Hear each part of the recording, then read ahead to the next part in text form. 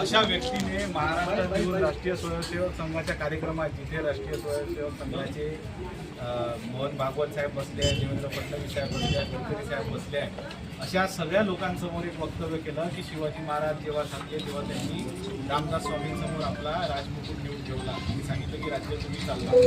मुळात इतिहासामध्ये शिवाजी महाराज आणि रामदास स्वामींची भेट झाल्याचा कुठलाही ऐतिहासिक पुरावा नाही, त्यांची कधीही भेट झाली नाही.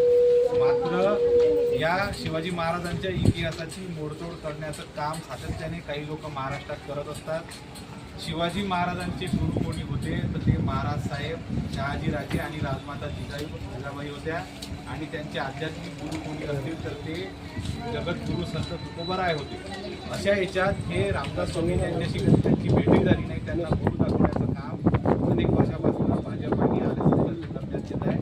अशा या वक्तव्याचा आणि या त्यांच्या कामाचा आम्ही निषेध करतो.